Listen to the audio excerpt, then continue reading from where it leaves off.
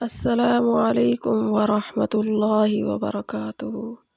آج کے ہمارے بیان کا موضوع ہے صحابہ کرام رضوان اللہ علیہم اجمعین کے ہنسنے پر رسول اللہ صلی اللہ علیہ وسلم کی تنبیہ اور قبر کی یاد۔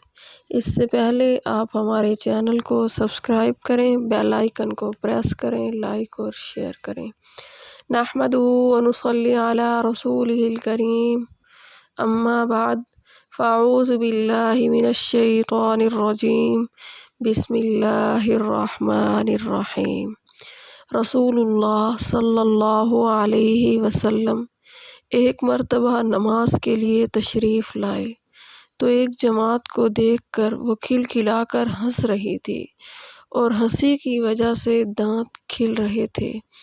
رسول اللہ صلی اللہ علیہ وسلم نے یہ ارشاد فرمایا کہ اگر موت کو کثرت سے یاد کیا کرو تو جو حالت میں دیکھ رہا ہوں وہ پیدا نہ ہو، لہٰذا موت کو کثرت سے یاد کیا کرو۔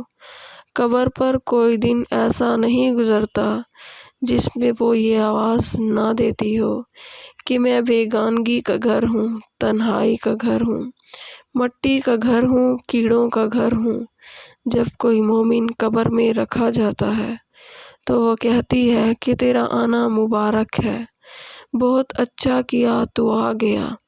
جتنے آدمی زمین پر چلتے تھے تو ان سب میں مجھے زیادہ پسند تھا۔ آج جب تو میرے پاس آیا ہے تو میرے بہترین سلوک کو دیکھے گا۔ اس کے بعد وہ قبر جہاں تک مردے کی نظر پہنچ سکے وہاں تک وسیع ہو جاتی ہے اور ایک دروازہ اس میں جنت کا کھل جاتا ہے جس سے وہاں کی ہوا اور خوشبوئیں اس کو آتی رہتی ہیں۔ اور جب کوئی بد کردار قبر میں رکھا جاتا ہے تو وہ کہتی ہے کہ تیرا آنا نامبارک ہے، برا کیا جو تو آیا۔ زمین پر جتنے آدمی چلتے تھے ان سب میں میں تجھ سے ہی زیادہ نفرت کرتی تھی۔ آج جب تو میرے حوالے ہوا ہے تو میرے برتاؤ کو بھی دیکھ لے گا۔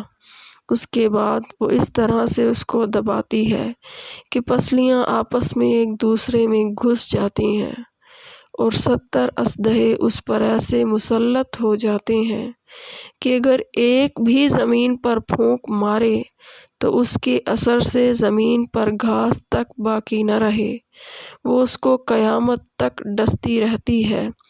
اس کے بعد رسول اللہ صلی اللہ علیہ وسلم نے ارشاد فرمایا، قبر یا تو جنت کا ایک باغ ہے یا جہنم کا ایک گڑھا ہے۔ اللہ اکبر! اللہ کا خوف بڑی ضروری چیز ہے اور اہم ہی چیز ہے۔ یہی وجہ ہے کہ رسول اللہ صلی اللہ علیہ وسلم اکثر کسی گہری سوچ میں رہتے تھے اور موت کا یاد کرنا اس کے لیے مفید ہے۔ اسی لیے رسول اللہ صلی اللہ علیہ وسلم نے یہ نسخہ ارشاد فرمایا کہ کبھی کبھی موت کو یاد کرتے رہنا بہت ہی ضروری ہے۔